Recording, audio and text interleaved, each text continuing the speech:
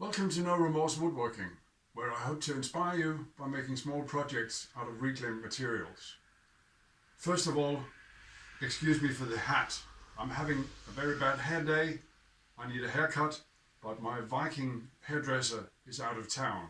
Anyway, today's project, I want to make a box for my router bits, and I want to make it out of acrylic.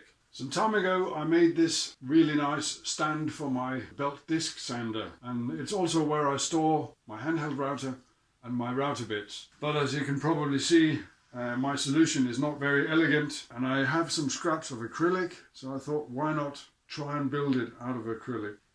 I have to take into consideration that I have router bits of two different sizes.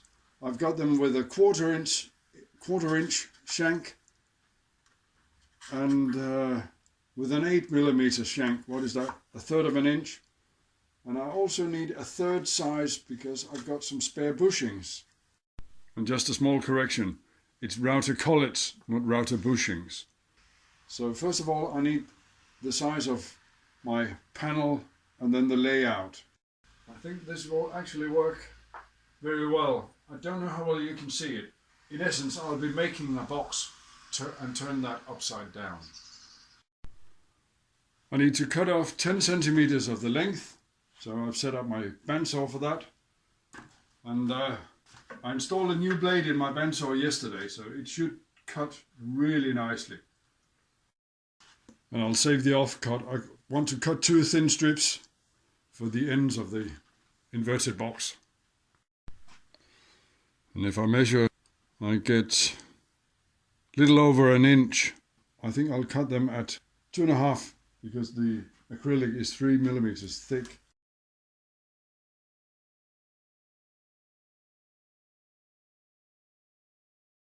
As I was researching for this project last night, I found out that one of the best ways to drill acrylic is with a step drill.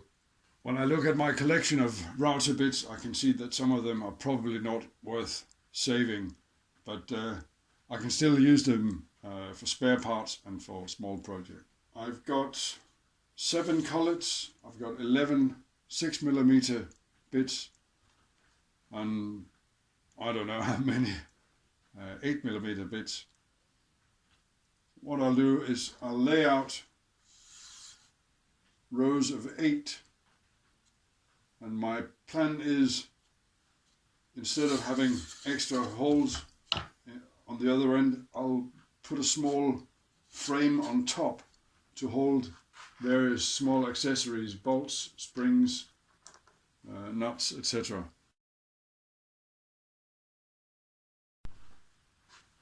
And in order to lay out all the holes, I've covered the acrylic in masking tape. Rather than writing directly on the acrylic, I can write on the tape and then tear off the tape once I've drilled all the holes. For the collets I need holes of 10mm, and this big step drill doesn't have 10mm. It's got 12.5, which is way too big for me. So I found another step drill that has a 10mm step, and I'll be drilling the first series of holes with this and then switch to the big step drill afterwards. This is going to take a while, but I don't think I need to show you how to drill 64 holes in the same fashion. But of course I won't cheat you out of seeing this massive chunk of steel in action. And a really good tip is to countersink them on the backside. They sometimes leave a little burr.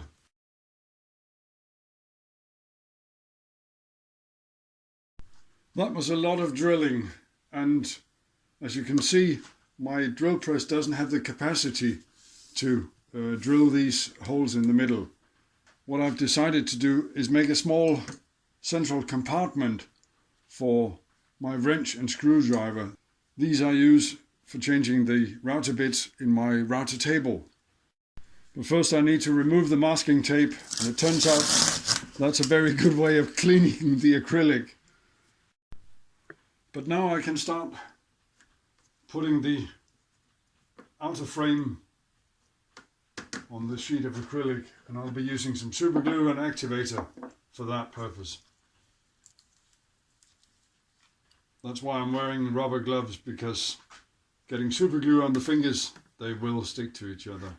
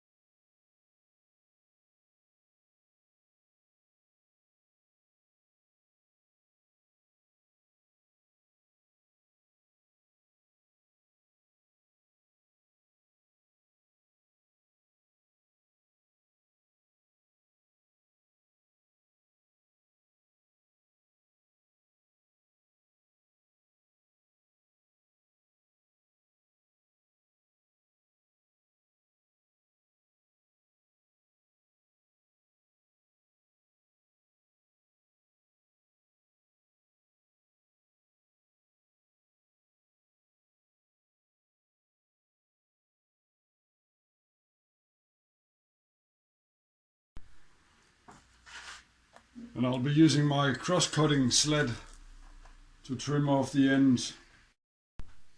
Off camera I've cut some strips for the long central compartment, and I've clamped my square to the box. I just want it to be reasonably accurate.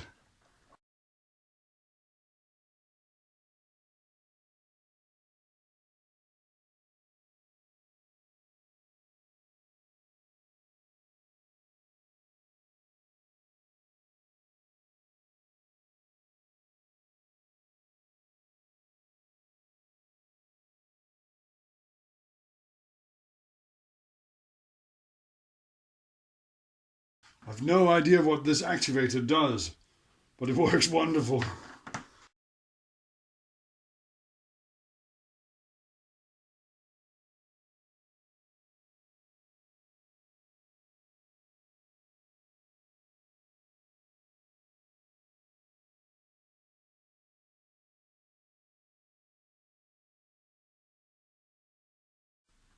If I may suggest something to the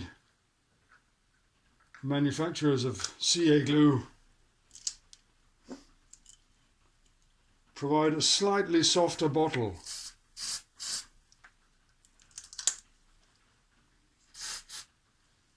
Because this one is very hard to press, so either I get far too much or not enough.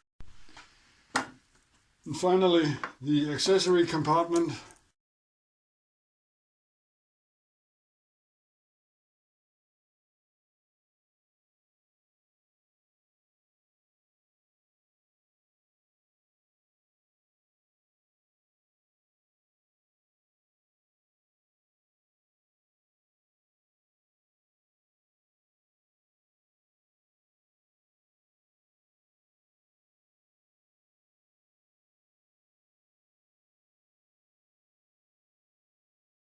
Let's load it up and see what it looks like. It's not quite as good as I had hoped. I can see that all the 8mm holes are too tight, and a few of the 6mm are as well. Even my Dremel tool is too big for these holes, so there's no other option but to go old school on it.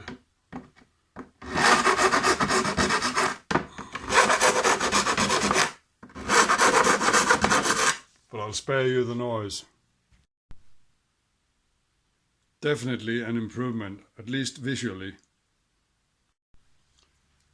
That's my acrylic router bit holder, and it has actually inspired me to also make a holder for all the bits for my Dremel tool, but that's for another video. I hope you've enjoyed this video. If you have, please leave a thumbs up and subscribe to get notification when I upload new videos. Thank you very much.